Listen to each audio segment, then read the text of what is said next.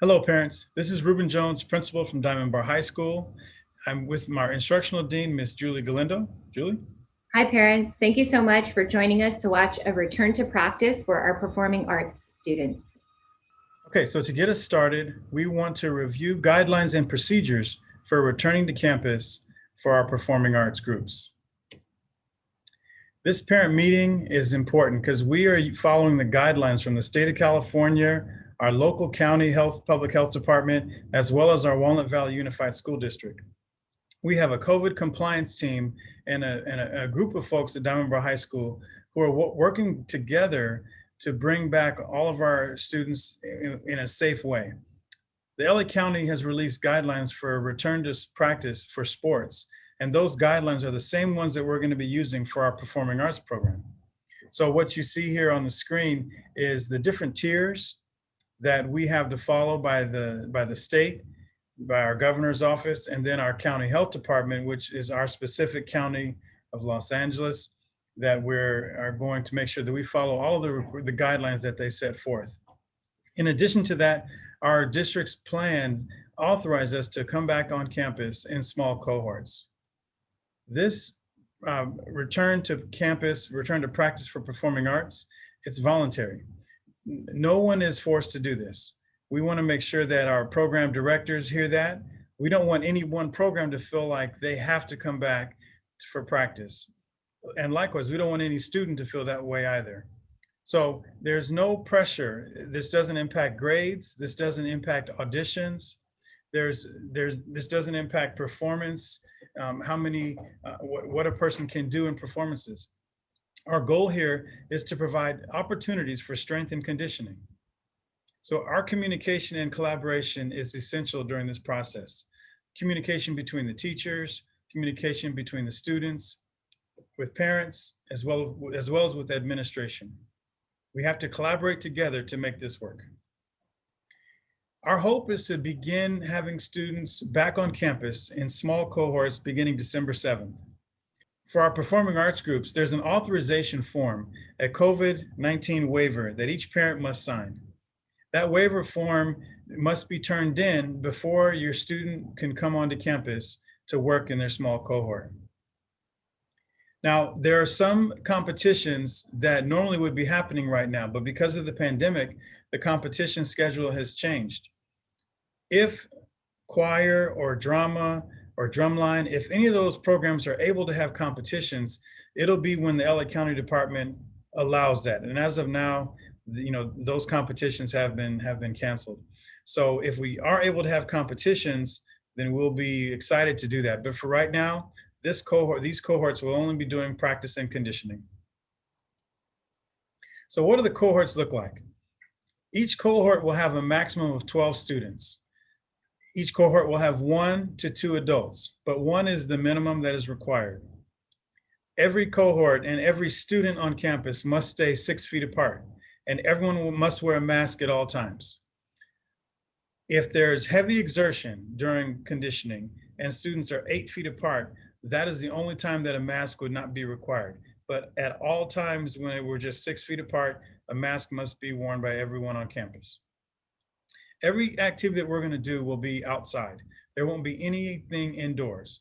So the small cohorts will use different areas across campus, our upper quad, the blacktop down by downtown DB, the open area by the 300 building, but all of the locations for each cohort will be outdoors. Parents, every day before your student is brought to campus, there must be a health screen that's done. This health screening must be done by the parent. And it basically asks questions about how your son or daughter is feeling and about if there's been any exposure to someone with COVID-19.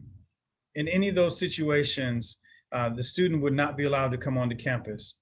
We want to make sure we can limit the spread of COVID-19. That's one of the main goals of this whole activity. I now would like to bring back Ms. Julie Galindo. Thank you, Dr. Jones. As Dr. Jones had mentioned in the previous slide, all parents must fill out a COVID health screen for his or her child prior to coming onto campus. We prefer that parents fill it out in the morning of the day of practice every day, anytime the student comes onto campus. Student performers will arrive at designated entry points and will also exit the same designated gate. They must check in using their student ID. Please make sure that you drop off and pick up your student in a timely manner because we are trying to avoid any crossover of students. And we have specific times that students will be checking in at their gates. Designated coaches and/or directors will check in each student to confirm completion of COVID health screen and that the child is symptom-free. They will also ensure that 6 feet separation and masks are worn during the check-in time. Parent reminders. Parents, you must stay in your vehicle. You may not spectate nor watch from the stands. Please make sure that your student is picked up promptly after training has concluded, and remind your child to shower or to change clothes upon returning home.